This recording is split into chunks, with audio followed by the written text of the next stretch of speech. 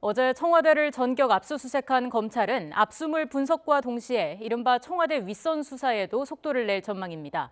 이번 유재수 감찰 무마 의혹 수사를 두고 정치적 수사라는 비판도 나오는 가운데 검찰은 성역 없이 신속히 조사하겠다고 입장을 내놨습니다. 취재기자 연결해서 자세한 내용 들어보겠습니다. 부장원 기자. 네, 사회부입니다. 네, 검찰이 어제 6시간에 걸쳐서 청와대를 압수수색했는데 어떤 자료를 확보했습니까?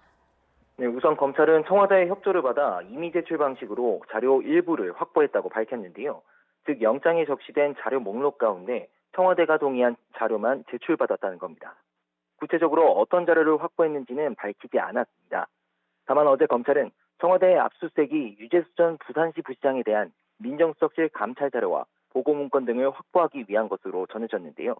이 가운데서도 유 전 부시장의 휴대전화 포렌식 결과와 이에 대한 감찰 결과를 확보했는지가 관건입니다. 해당 자료들은 유 전 부시장이 천경태 청와대 선임행정관 등 이른바 청와대 윗선들과 금융권 인사를 논의했고 이런 관계를 바탕으로 감찰이 무마됐는지 규명할 핵심 증거로 꼽힙니다. 이 자료는 지난해 11월 청와대 민정수석실이 모두 회수해간 것으로 알려졌는데요. 청와대는 해당 자료는 폐기됐다는 입장이어서 검찰이 이번 압수수색에서도 의미 있는 자료를 확보하지 못했을 가능성도 제기되는 상황입니다. 네, 수사의 관건은 이른바 윗선 수사입니다. 향후 수사 전망은 어떻습니까? 검찰은 압수물 분석과 함께 이른바 윗선 수사에도 속도를 낼 것으로 보입니다. 어제 진행한 청와대 압수수색에 대해 검찰이 청와대를 정면으로 겨냥했다는 분석이 나오고 있는데요. 정치적 수사라는 비판을 피하기 위해서라도 수사를 빨리 마무리해야 한다는 지적도 적지 않습니다.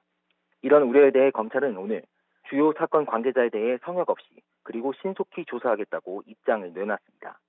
사실상 청와대 윗선 수사를 공식화하면서 핵심 관계자 소환도 줄을 이을 것으로 보입니다.